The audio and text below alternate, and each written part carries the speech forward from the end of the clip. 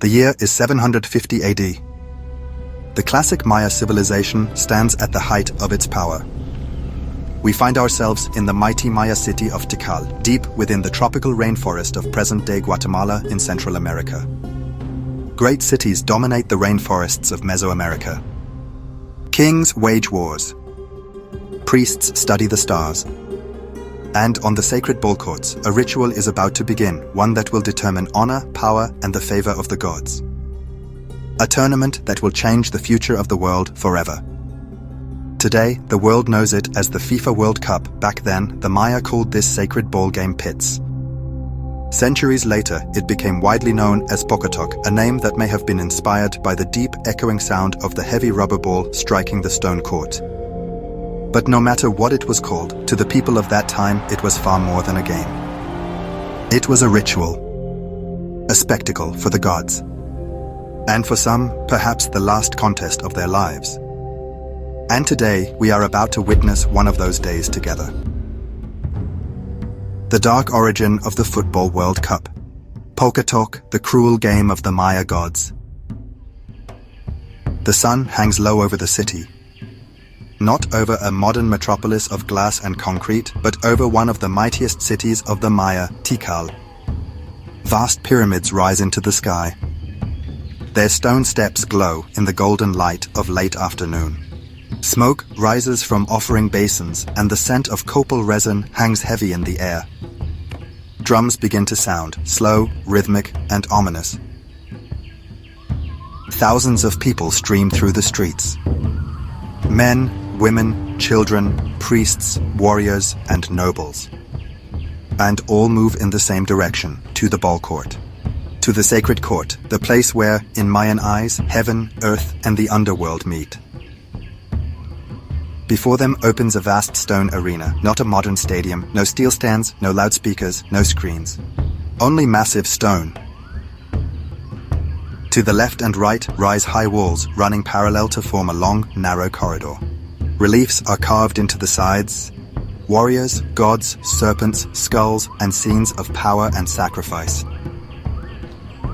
Everything reminds the spectators that this is far more than a sports field.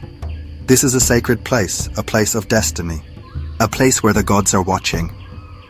In the upper areas of the walls, there are stone markers. In later Mesoamerican eras, some courts were even fitted with stone rings. But today, the focus is on something else, on the players. Out of the temple shadows, the two teams emerge. The crowd falls silent. Every single player wears heavy protection. Wide leather belts wrap the hips. Thick padding shields, ribs, and lower abdomen. Some wear knee and elbow guards, others elaborately decorated helmets. Many bodies are painted, black, red, blue, colors symbolizing power, war, death, or divine forces. Some players wear jaguar pelts, others feather adornments, still others mask elements meant to connect them to specific deities. Their faces look focused and stern. No one smiles, no one jokes. Everyone knows what is at stake today. For this game is no pastime, it is a ritual. In the middle of the field lies the ball, black, dark, and massive. Made of natural rubber. It is roughly the size of a soccer ball, but its weight is significantly higher. Some reconstructions suggest it could weigh several kilograms. Whoever is struck by it feels every single impact. Broken bones, internal injuries, dislocated joints, all of this belongs to the reality of this game. The ball seems almost unassuming, and yet it is the center of everything. For some, it symbolizes the sun, for others, the course of the heavenly bodies, for still others, the eternal cycle of life and death. The drums grow louder, priests step to the edges of the court, wearing long robes, feather headdresses, and incense burners. They speak prayers in a language sacred to the people of that time. Smoke rises, the spectators lower their gaze, a moment of absolute silence spreads. No one speaks, no one moves. Even the birds seem to fall silent. Then a priest raises his arms. The drums stop. The sun casts its last rays on the walls of the sacred court. And in this very moment begins one of the most brutal and mysterious tournaments of the ancient world. Pitz, later known as Pok-a-Tok, today regarded as one of the earliest predecessors of modern soccer, football. Two teams take the field, names we can only reconstruct since their true designations are not preserved. The Jaguar Warriors of Yaxcook-Mo and the Obsidian Falcons of Saknikti. Both teams know that this ball is heavy, hard as fired will, and that neither hands nor feet will save them here. The ball is played only with hip, thigh, shoulder, and elbow. That is exactly how the sources describe the game. As a physically intense ritual contest played with a massive rubber ball on a court whose walls and markings were thought to be linked with the cosmos. And this is where the unsettling parallel for today's viewer lies. Even today, football is a field where identity, pride, and power become visible. Even today, players are elevated to heroes, stadiums to temples, anthems to liturgies, and a jersey's color means more than sport to many.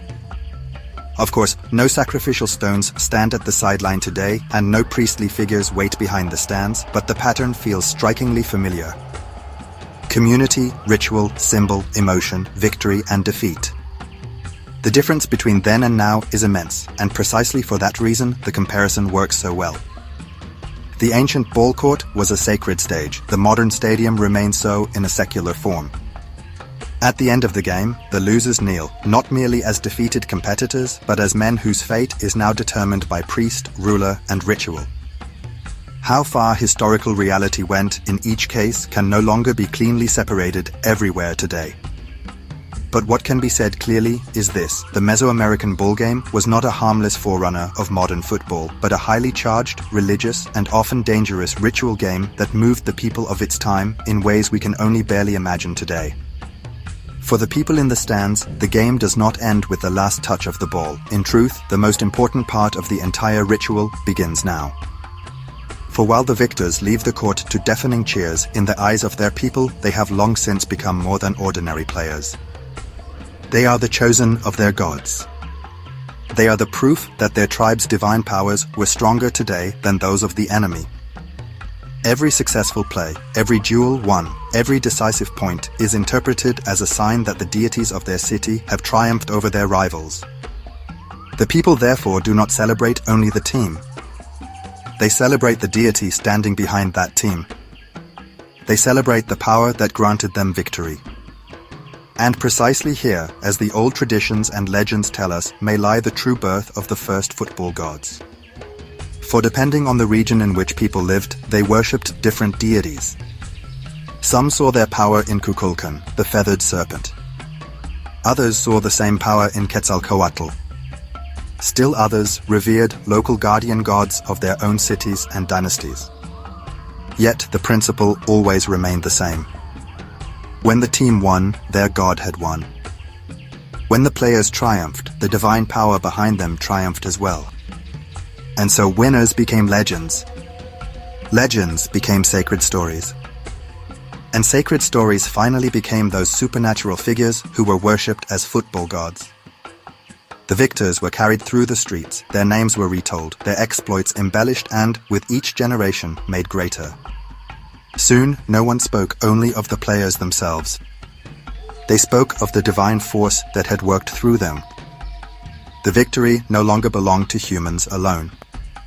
It belonged to the gods.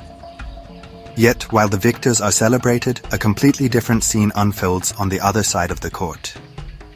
There is no music there. There is no joy there. There is silence. The losers stand silently on the stone floor of the court and look toward the cheering crowd. The same admiration that might have been theirs only hours earlier had fate decided differently. But fate decided otherwise. And in the imagination of many people of that time, that means far more than a sporting defeat. For if the victors were protected by their gods, then the losers must have been abandoned by theirs. If divine order determined victory, then defeat was also part of that will. And that is precisely why the end of the game becomes a dark ritual. While the crowd celebrates the triumph, the vanquished are given to the god of the victors. The team that just fought for glory now becomes part of the ceremony itself. Players become offerings.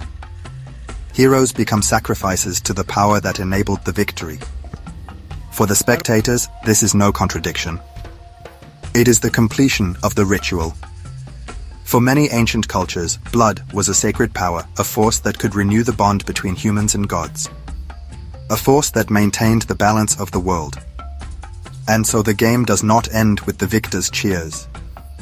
It ends with the price paid by the losers. That is exactly why this ball game was far more than sport. It was war without armies. Religion without a sermon. Politics without a parliament. It was a stage on which, in people's belief, it was decided which divine power ruled the world on that day. When we look today at modern stadiums, at millions of fans, at players revered like gods, at anthems, flags, and gigantic ceremonies, the world of the Maya seems infinitely distant. And yet, an uncomfortable question arises. Has everything really changed? Or have only the rules changed, while the human longing for heroes, rituals, and football gods has remained the same?